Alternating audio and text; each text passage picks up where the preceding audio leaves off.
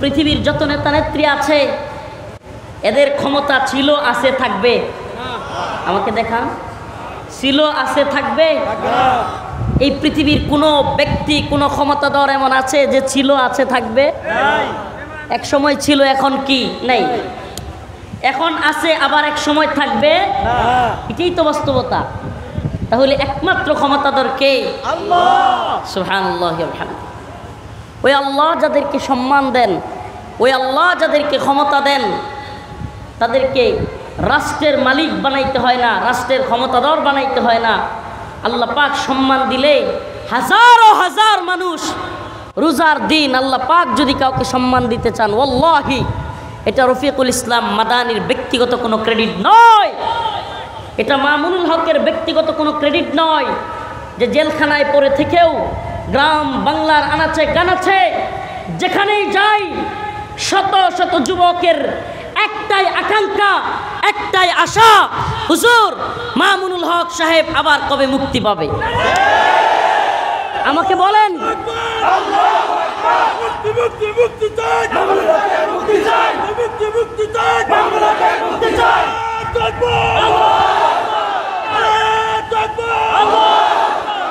জেলে নিয়ে গিয়েও কি আলেমদের সম্মান কমানো গেছে? আমাকে বলেন, গেছে নাকি আল্লাহ আরো বাড়াই দিছে? ওয়াল্লাহি বাংলাদেশের এমন কোন মাহফিলে যাই নাই যেখানে আওয়াজ নাই যে মামুনুল হকের মুক্তি চাই। আব্দুল্লাহ ইবনে মুবারকের একটা ঘটনা আমার খুব মনে পড়ে যায়। তখন রিসেন্ট মাত্র কয়েকদিন হলো আব্বাসীয় খলিফা হারুনুর রশিদ ক্ষমতায় আসছে। আব্বাসীয় খলিফা হারুনুর রশিদ ক্ষমতার মসনদে উঠেছে। তার জন্য রাখায় একটা অবকাশ যাপন, মানে তার থাকার জন্য এবং তার আনন্দের জন্য একটা বিলাসবহুল বাড়ি করা হয়েছে। সেই অবকাশ গড়ের মধ্যে বাদশাহ হারুনুর রশিদ বসে আছে। এমন সময় বাদশাহ হারুনুর রশিদের সঙ্গী সাথীদের মধ্যে একজন দেখলেন জানালা দিয়া মানুষ দৌড়াদৌড়ি করতেছে, ছুটাছুটি করতেছে, জুতা হারিয়ে যাচ্ছে খবর নাই, ধুলা বালি উঠতেছে খবর নাই। বাদশাহ হারুনুর রশিদের সঙ্গী জিজ্ঞেস করলো, কি হয়েছে? মানুষজন হাজার হাজার এভাবে ছুটোছুটি করতেছে কেন? মানুষজন এভাবে জুতা হারিয়ে যাচ্ছে খবর নাই, মানুষ আকাশে ধুলোবালি উড়িয়ে দিচ্ছে, কে কোন দিকে ছুটছে খবর নাই, এই হালত কেন? রাজ দরবার থেকে আওয়াজ আসলো। বাদশাহ হারুনুর রশিদের সঙ্গীকে মানুষজন বলল, খোরাসানের আলেম, খোরাসানের শ্রেষ্ঠ আলেম, হাদিস শাস্ত্রের মহাজ্ঞানী রাইসুল মুহাদ্দিসিন আব্দুল্লাহ ইবনে মুবারকের আগমন ঘটেছে। বাদশাহ হারুনুর রশিদের সঙ্গীরা সহ হারুনুর রশিদ নিজেও অবাক হয়ে গিয়েছে। বাদশাহ হারুনুর রশিদের সঙ্গী ওই রাজপ্রাসাদের ব্যক্তিদের কথা যখন শুনল যে খোরাসানের আলেম রাইসুল মুহাদ্দিসিন আব্দুল্লাহ ইবনে মুবারক এসেছে, আকাশ বাতাসে ধুলি উঠতেছে, মানুষদের জুতার খবর নাই, হারায়া যাচ্ছে, মানুষ পড়ে যাচ্ছে, বাদশাহ হারুনুর রশিদের সঙ্গী বলতে লাগলো, হাযা হাযা ওয়াল্লাহুল মুলক, হাযা ওয়াল্লাহুল মুলক লা মুলক হারুন। আরে এটাই তো আসল বাদশাহী, বাদশাহ হারুনুর রশিদের বাদশাহী। এই বাদশাহীর কাছে তুচ্ছ, এটা কোনো বাদশাহী না। আরে পৃথিবীর নেতা নেত্রীদের বাদশাহী আল্লামা মামুনুল হকদের বাদশাহীর কাছে তুচ্ছ। এরা জেলখানায় বসেও আল্লাহ পাক মানুষের অন্তরে, আরে এদের বাদশাহী চলে রাষ্ট্রে এবং মাটির সাথে, এদের বাদশাহী একটা গণ্ডির মধ্যে, এদের বাদশাহী হলো রাষ্ট্রের সীমারেখা এবং মাটির বাদশাহী। আর আল্লাহ পাক আলেমদের বাদশাহী দিয়েছেন এই ভূখণ্ডের, এই পৃথিবীর মানুষদের অন্তরের মধ্যে। এক শ্রেণীর বাদশাহী চলতেছে মাটি এবং মানুষের সাথে, আরেক শ্রেণীর বাদশাহী চলতেছে অন্তরের মধ্যেই। এদেশের এই পৃথিবীর রাজা বাদশাদের বাদশাহী চলে মানুষের পিঠের মধ্যে, চাবুক মেরে মানুষকে গ্রেফতার করে। আর আল্লাহ পাক আলেমদের বাদশাহী দিয়ে দিয়েছেন মানুষদের কলবের মধ্যে, অন্তরের মধ্যে। হাদা আল্লাহুল মুলক লা মুলক হারুন। হারুনের মুলকে এই অবস্থা হতে পারে না। আরে এক বাদশা পুলিশ যারা অচল, আর এক বাদশা আলেম বাদশা যারা মানুষের অন্তরে বাদশাহী করে, তাদের বাদশাহিতে পুলিশ নিষিদ্ধ। এক বাদশাহ পুলিশ তারা অচল, আরেক বাদশাহ কি পুলিশ তার রাজ্যে নিষিদ্ধ। সুবহানাল্লাহ। তো ওই ক্ষমতাবান মালিক যদি কাউকে ক্ষমতার মালিক বানাতে চায় তাহলে বাদশাহী দেওয়ার দরকার পড়ে লা মুলকা হারুন। সুবহানাল্লাহ। তো এই জন্য বলি সমস্ত ক্ষমতার মালিককে আল্লাহ। আরো জোরে আওয়াজ করে বলেন তাবারাকাল্লাযী বিয়াদিহিল মুলক ওয়া হুয়া আলা কুল্লি শাইইন কাদির। তাবারাকাল্লাযী বিয়াদিহিল মুলক ওয়া হুয়া আলা কুল্লি শাইইন কাদির। সুবহানাল্লাহ। তাবারাকাল্লাযী, তিনি তো সেই মহিমান্বিত প্রভু, বিয়াদিহিল মুলক, যার ক্ষমতার অধীনে সকল ক্ষমতা। সুবহানাল্লাহ। সমস্ত বাদশাহী কার? আল্লাহ। আল্লাযী খালাকাল মাউতা ওয়াল হায়াত। কত আয়াত। সুবহানাল্লাহ। আল্লাহ পাক তার বরত্বের, আল্লাহ পাক এক জায়গায় বলতেছেন কুলিল্লাহুম্মা মালিকাল মুলক, কুলিল্লাহুম্মা মালিকাল মুলক। সুবহানাল্লাহ। আপনি বলে দেন এই মুলক, এই বাদশাহীটা কার? সুবহানাল্লাহ। তুতিল মুলকা মান তাশা।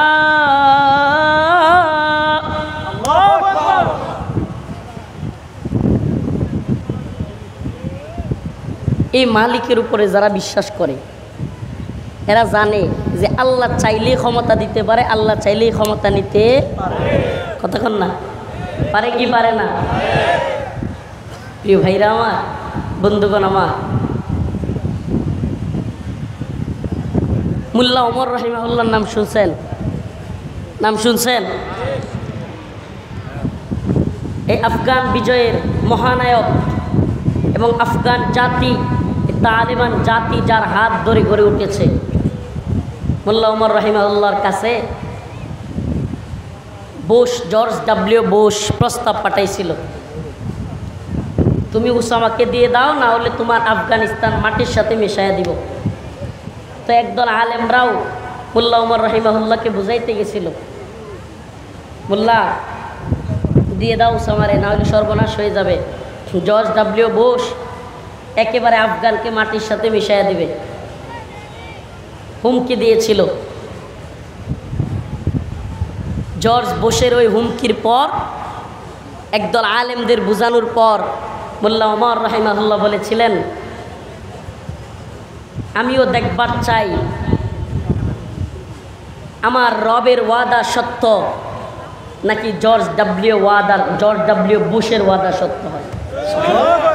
সেই কালজয়ী কথা যে আমার রবের ওয়াদা সত্য নাকি জর্জ ডব্লিউ বুশের ওয়াদা সত্য। সুবহানাল্লাহি ওয়া বিহামদিহি। ও মোল্লা ওমর রাহিমাহুল্লাহ, আপনি দেখে যাইতে পারেন নাই? আপনি দেখে যাইতে পারেন নাই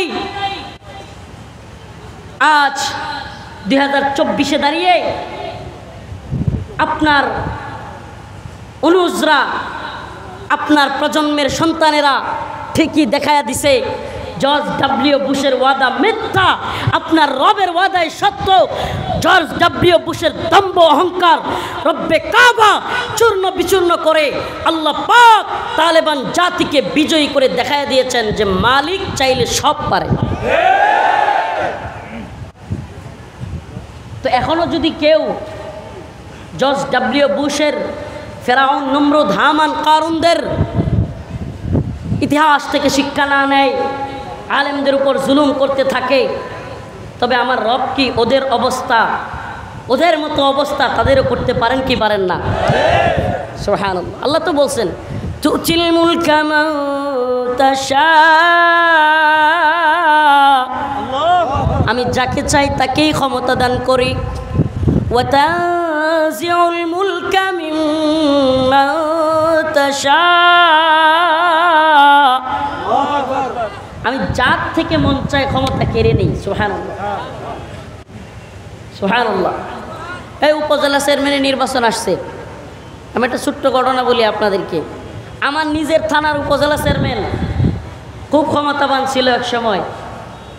যখন ক্ষমতা চলে গেছে, একেবারে চাক্ষুষ প্রমাণিত ঘটনা, থানার মধ্যে উঠছে, নাম নিচ্ছি না যেহেতু ইউটিউবাররা আছে, থানার মধ্যে নিজের বাসার সামনে এক রিক্সাওয়ালারে ডাক দিছে, হয়তো কোথাও যাবে। রিক্সাওয়ালা কয়, না আমার ভাড়া আছে, জানগা আপনি অন্য রিক্সা দিয়া। কি কয় দেখছেন আপনারা? ওইটাও দেখছেন কিনা? ওই যে একটা পাগলা ছিল আমেরিকার প্রেসিডেন্ট ডোনাল্ড ট্রাম্প, দেখছিলেন না? তো ওরে দেখলাম ক্ষমতা যাওয়ার পরে, ও তো বিশাল ক্ষমতার মালিক ছিল, মানে সে মনে হয় এই ধ্বংস করে ফেললে ওই দেশকে ধ্বংস করে ফেললে, এমন একটা অবস্থান ছিল। ক্ষমতা থেকে যাওয়ার পরে কোলাপানে দেখলাম এডিট করে একটা এরকম একটা পাতিলের মধ্যে বসায়া নদীতে ছাইরে দিছে, আর গজল লাগাই দিছে, আমারও ছিল সব একদিন, আজ আমার নেই কিছু নেই। দেখছেন না ভিডিওটা? তো বাস্তবতা কি? এই দুনিয়ার ক্ষমতার ওয়ালারা, এই দুনিয়ার ক্ষমতা শেষ হওয়ার সাথে সাথে লাঞ্ছনা শুরু। কত আইজ্জমা তাশা কত জিল্লু মা তাশা, ইজ্জতের মালিক কে? আমগর ক্ষমতা আবার যায় না, আলহামদুলিল্লাহ। সরকার যেটাই হোক আমগর ক্ষমতা কি হয় না? যায় না। ওই যে যতদিন আব্দুল্লাহ ইবনে মুবারক যে রবের কথা বলেছেন, যে সুন্নাহর কথা বলেছেন, যে কোরআন হাদিসের কথা বলেছেন, যতদিন ওই পথে ওই মতে থাকবো, যতদিন আল্লাহ এবং তার রাসূলের সাহাবায়ে কেরামের পথে থাকবো, ততদিন ক্ষমতা কার হাতে গেল না গেল আমগার দেখবার টাইম নেই। আল্লাহ রাব্বুল আলামিন পৃথিবীর ক্ষমতাধরদেরকে ক্ষমতা দেন, আবার ক্ষমতা হট করে নিয়ে যান। এটা আমাদের চোখের সামনে সব কিছু আমরা দেখতেছি, বর্তমান ভবিষ্যৎ এগুলো সব আমাদের চোখের সামনে, অতীতগুলো আমাদের চোখের সামনে আমরা দেখতেছি। পৃথিবীর ক্ষমতাসীনরা যখন ক্ষমতা হারায়, এদের লাঞ্ছনা অবমাননার শেষ থাকে না। আর আল্লাহ পাক যাদেরকে সম্মানিত করেন, তাফসীর জগতের একজন আলেম মুফাসসির আল্লামা জুবায়ের আনসারী রহমাতুল্লাহ আলাইহি, আপনি বলেন জুবায়ের আনসারী রহমাতুল্লাহ আলাইহি মারা যাওয়ার পরে কি পরিমাণ লোক হয়েছে জানা যায়? এটা শুধু জুবায়ের আনসারী রহমাতুল্লাহ আলাইহি নয়, আমি নিজে সাক্ষী। আল্লামা নূর হোসেন কাসেমী রহমাতুল্লাহ আলাইহি, আমার প্রিয় উস্তাদ, বাড়িদারা মাদ্রাসার প্রিন্সিপাল, ঢাকার বাইতুল মুকাররমে নামাজ হয়েছে। ঢাকার বাইতুল মুকাররম থেকে কাকরাইল মোড়, ওইদিকে নাইটেঙ্গেল মোড় সব ভরে গেছে জানা যায়। বাইতুল মুকাররমের এত বড় মসজিদ তো ভরছেই। প্রিয় ভাইরা আমার, তার মানে বোঝা গেল আল্লাহ পাক যাদেরকে সম্মান দেন, মরার পরেও এরা সম্মানিত হয়। কথা বলে? এমন অনেক নেতার নাম বলতে পারবো, একটা নেতার নাম বলেই ফেলি, সৈয়দ আশরাফ। নাম কি? দম্ভ আর অহংকার নিয়ে কথা বলতো। এই সৈয়দ আশরাফ যখন মারা গেল, এর পরের বছর ঠিক ওই দিন মৃত্যুবার্ষিকীতে সাংবাদিকরা তাকে যেখানে মাটি দেওয়া হয়েছে সেই গুরুস্থানের পাশে গিয়ে সাংবাদিকরা বসে আছে, ভাবছে অনেক বড় বড় নেতারা আসবে, ওখানে বক্তব্য দিবে, ওইটা ভিডিও করে চ্যানেলে প্রচার করবে। আল্লাহর কি কুদরত! প্রমাণ ভিডিওগুলো এখনো আছে। সৈয়দ আশরাফের কবরের পাশে কোনো নেতা যায় নাই। আমাকে বলেন, এত বড় একটা দলের সেক্রেটারি, এত বড় নেতা, এত বড় মন্ত্রী, অথচ মৃত্যুবার্ষিকীর পরের বছর সাংবাদিকরা বসে আছে যে বড় বড় নেতারা আসবে, কেউ নাই। বিশ্বাস করেন প্রিয় হাজিরিন, প্রিয় ভাইরা আমার, কথাগুলো সুনির্দিষ্ট কোনো ব্যক্তি বা দলের বিরুদ্ধে বলা উদ্দেশ্য নয়, আপনাদের অন্তরে এটা গেঁথে দেওয়া উদ্দেশ্য যে ক্ষমতা পাইয়া বা এলাকায় যদি আল্লাহ অবস্থান তৈরি করে দেন, এলাকার মানুষ আপনার কথা শুনে, এলাকায় আপনি একটু নেতা, এলাকায় চেয়ারম্যান, এলাকায় মন্ত্রী, কি বলে এমপি, এলাকায় আপনি বিভিন্ন পদে আছেন, আর আপনার অহংকারের কারণে আপনার 10টা ভাই আছে, আপনার 5টা ছেলে আছে, আপনার কিছু টাকা পয়সা আছে, আপনার ক্ষমতার কারণে আপনার আশপাশে কেউ যেতে পারে না। আপনাকে বোঝানোর উদ্দেশ্য, ভাই আপনি ক্ষমতা হারা হলে আপনি কোনোদিন আপনার পা খাদে পড়লে আপনার চাইতে লাঞ্ছিত পৃথিবীর কেউ থাকবে না। আর যদি মানুষের অন্তরে ভালোবাসা দিয়ে ক্ষমতা অর্জন করতে পারেন, এই ক্ষমতা কশিনকালেও শেষ হবে না। আল্লাহ রাব্বুল আলামিন সমস্ত ক্ষমতার মালিক। তিনি বলেছেন, আল্লাযী খালাকাল মাউতা ওয়াল হায়াতা লিয়াবলুয়াকুম আইয়ুকুম আহসানু আমালা। আল্লাযী খালাকাল মাউত, সুবহানাল্লাহ। আল্লাহ পাক সূরাতুল মুলকের মধ্যে বলতেছেন, খালাকাল মাউত, আমি আগে মৃত্যুকে সৃষ্টি করছি। কি সৃষ্টি করছি?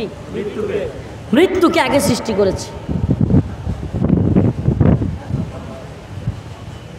আল্লাহ পাক আগে বলেন নাই আল্লাযী খালাকাল হায়াতা ওয়াল মাউতা। আল্লাহ কি বলছে? আল্লাযী খালাকাল মাউতা ওয়াল হায়াতা, আমি আগে মৃত্যুকে সৃষ্টি করেছি। এই পৃথিবীতে আল্লাহকে নিয়ে মতানৈক্য আছে, নবীকে নিয়ে মতানৈক্য আছে, ধর্ম নিয়ে মতানৈক্য আছে, সব কিছু নিয়ে মতানৈক্য আছে, কিন্তু মানুষের মধ্যে একটা বিষয়ে কোনো মতভেদ নাই, সেটা হলো আমাকে মরতে হবে। মরতে হবে, এই বিষয়ে কোনো মতানৈক্য নাই। প্রিয় ভাইরা আমার, বন্ধুগণ আমার, তাহলে মরতে যেহেতু হবে, আল্লাযী খালাকাল মাউতা ওয়াল হায়া, আল্লাহ বলেন আমি মৃত্যুকে সৃষ্টি করেছি, আমি জীবনকে সৃষ্টি করেছি। আল্লাযী খালাকাল মাউতা ওয়াল হায়াতা লিয়াবলুয়াকুম, তোমাদেরকে পরীক্ষা করার জন্য। কেন পরীক্ষা করবে আল্লাহ রাব্বুল আলামিন? অন্য এক আয়াতের মধ্যে আল্লাহ বলেন, ওয়ালাকাদ ফাতান্নাল্লাযীনা মিন ক্বাবলিহিম ফালায়া'লামান্নাল্লাহুল্লাযীনা সাদাকু ওয়া লায়া'লামান্নাল কাযিবিন। আল্লাহ রাব্বুল আলামিন বলেন, আলিফ লাম মিম আহাসিবান নাস আইয়ুতরাকু আইয়াকুলু আমান্না ওয়া হুম লা ইফতানুন। হে মানুষ, তোমরা কি মনে করো তোমাদেরকে এমনি এমনি ছেড়ে দেওয়া হবে? আইয়াকুলু আমান্না, তোমরা বলবে আমি ঈমানদার। তুমি ঈমানদার, এই কথা বলার সাথে সাথে তোমাকে ছেড়ে দেওয়া হবে? ওয়া হুম লা ইফতানুন, পরীক্ষা করা হবে না? আল্লাহ বলেন, ওয়ালাকাদ ফাতান্নাল্লাযীনা মিন ক্বাবলিহিম, তোমাদের পূর্ববর্তীদেরকেও পরীক্ষা করা হয়েছিল। কেন? ফালায়া'লামান্নাল্লাহুল্লাযীনা সাদাকু ওয়া লায়া'লামান্নাল কাযিবিন। কেন পরীক্ষা করা হয়েছে? আল্লাহ পাক জানতে চান যে আমরা যে বলি আমান্না আমান্না, আমি ঈমানদার, এই কথার ব্যাপারে কে সত্যবাদী। ফালায়া'লামান্নাল্লাহুল্লাযীনা সাদাকু ওয়া লায়া'লামান্নাল কাযিবিন, এবং কে মিথ্যাবাদী। গলা শুকিয়ে গেছে, শরীরের অবস্থাও ভালো না। দোয়া চাই সকলের কাছে, খাস করে দোয়া করবেন।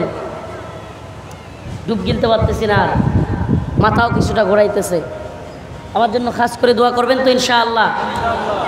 আর একটা কথা, সামনে ঈদ আসতেছে, দেখতে দেখতে 6টা ঈদ চলে যাচ্ছে। কয়টা?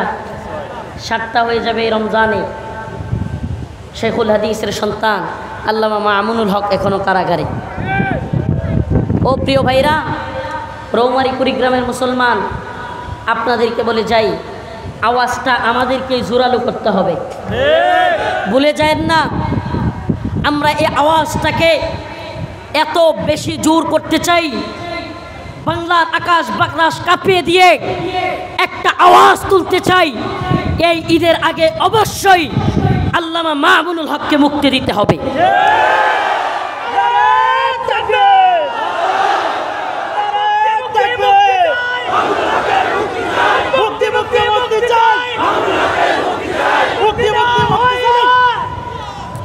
আমরা সমস্ত আলেমদের মুক্তি চাই, মুক্তি চাই তো ইনশাআল্লাহ।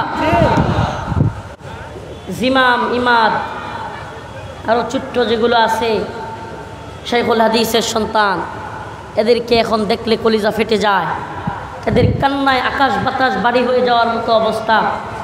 আমরা দায়িত্বশীলদেরকে বলবো, আপনারা সকল আলেমদেরকে মুক্তি দিয়েছেন, আরও যে সমস্ত আলেমগণ আছেন আপনারা এই রমজানের ঈদের আগেই মুক্তি দিয়ে দেন। আল্লাহ পাক দায়িত্বশীলদেরকে সঠিক বুঝ দান করুক। আর জোরে বলেন আমিন। জেনে রাখেন, ক্ষমতার মালিক কিন্তু আল্লাহ। যদি এভাবে আলেমদেরকে কষ্ট দিয়ে মানুষদের অন্তরের মধ্যে আপনাদের ঘৃণা সৃষ্টি করেন, আল্লাহ পাক এ ভূখণ্ডে আপনাদেরকে চরমভাবে লাঞ্ছিত এবং অপমানিত করবেন। আল্লাহ পাক আমাদের সবাইকে বোঝার তৌফিক দান করুন। আখিরু দাওয়ানা আলহামদুলিল্লাহি রাব্বিল আলামিন। হুরায়রা রাদিয়াল্লাহু আনহু হইতে বর্ণিত, তিনি বলেন রাসূলুল্লাহ সাল্লাল্লাহু আলাইহি ওয়াসাল্লাম বলেছেন, 30টা আয়াত বিশিষ্ট এই সূরা যদি কোনো ব্যক্তি তিলাওয়াত করে, সেই ব্যক্তির জন্য এই সূরা ততক্ষণ পর্যন্ত সুপারিশ করতে থাকে যতক্ষণ না আল্লাহ পাক তাকে ক্ষমা করে দেয়। হযরতে আনাস রাদিয়াল্লাহু আনহু হইতে বর্ণিত, তিনি বলেন রাসূলুল্লাহ সাল্লাল্লাহু আলাইহি ওয়াসাল্লাম বলেছেন, সূরাতুল মুলক যে ব্যক্তি তিলাওয়াত করে, পাঠ করে, সূরাতুল মুলক আল্লাহ পাকের সাথে ওই বান্দার ব্যাপারে তর্ক করতে থাকে ক্ষমা করে দেওয়ার জন্য।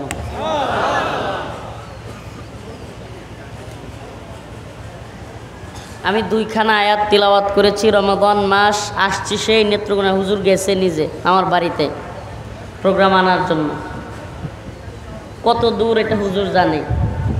সেই নেত্রকোনার পূর্বদলা থানা থেকে আপনাদের এই কুড়িগ্রাম জেলার রৌমারী থানায় আসছি রোজা রেখে।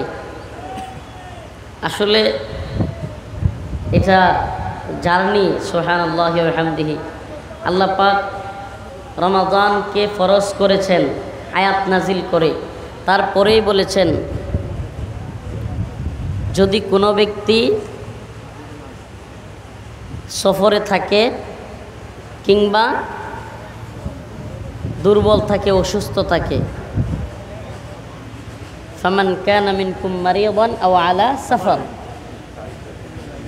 এই যে ফাইদ্দাতুম মিন আইয়ামিন উখর, এই যে মারিয়াদান আও আলা সাফার, আল্লাহ পাক যে কেন বলছেন সফর করলে বোঝা যায়। আল্লাহ পাক যে রোজা ভাঙতে পারবে কোনো ব্যক্তি পরবর্তীতে এই রোজা রাখবে এবং এই রোজাটা সে পালন করবে যদি সে সফরে বের হয়। তো এই যে আল্লাহ পাক সুযোগটা রাখছেন অসুস্থ ব্যক্তি এবং সফরের জন্য, এটা যে কেন রাখছেন এটা সফরে বের হইলে বোঝা যায়। আমার জিহ্বার মধ্যে পানিই নাই, মানে গলা শুকায় গেছে। আইসা গোসল করছি, একটু খাওয়ার তো আর সুরত নাই, গোসল করছি তবুও শরীরে এনার্জি পাচ্ছি না। আপনারা দেখছেন হয়তো দীর্ঘ সময় বসে আছি, হুজুর কালেকশন করতেছে, আমার শরীর নড়তেছে না। সূরাতুল মুলক তিলাওয়াত করেছি। সময় যত যাবে রোজাদারের জিহ্বা আরও বেশি শুকাবে, সময় যত যাবে রোজাদারের গলা আরও তত বেশি শুকাবে। সুবহানাল্লাহ।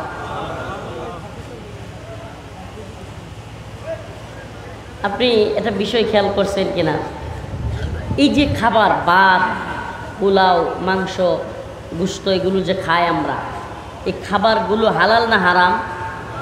হালাল। হালাল না হারাম? হালাল জিনিসটাকে রমজান আসলে আমরা সামনে থাকলেও খাই না। কোন জিনিসটাকে খাই না? হালাল জিনিসটাকে আমরা ত্যাগ করি। কার ভয়ে? আল্লাহর ভয়ে। তাইলে এই রমজানে কি হারামগুলো করব? আল্লাহর ভয়ে হালাল ছেড়ে দেই আমরা।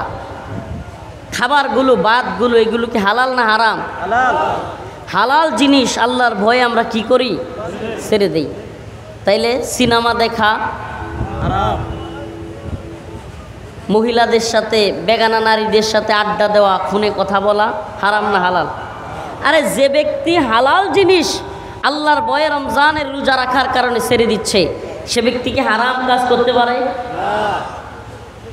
তা আমরা তো অবস্থা এমন হয়েছে যে রমজানের রোজা রাখি, হালাল ছেড়ে দেয় আল্লাহর ভয়ে, অথচ হারামকে গ্রহণ করি। আস্তাগফিরুল্লাহ। আমি সূরাতুল মুলক তিলাওয়াত করেছি। ওই ক্ষমতাওয়ালাকে পরিচয় করাইয়া দেওয়া দরকার।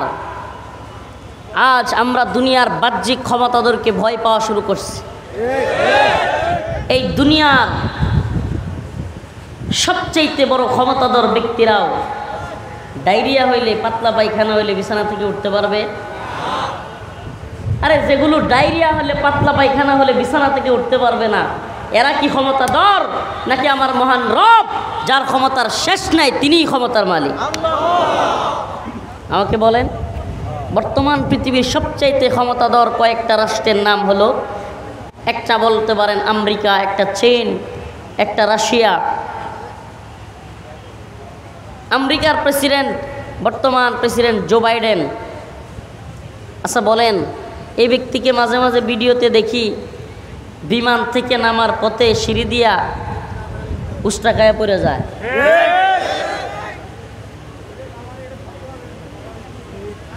প্রিয় ভাইরা আমার, কথাগুলো বলবার উদ্দেশ্য হলো, ওই ক্ষমতাধর মালিক যার হুকুমে কুল কায়নাত সব কিছু চলে, যিনি হুকুম করলে সব হয়ে যায়, যার হুকুমতের উপরে সব কিছু বিদ্যমান।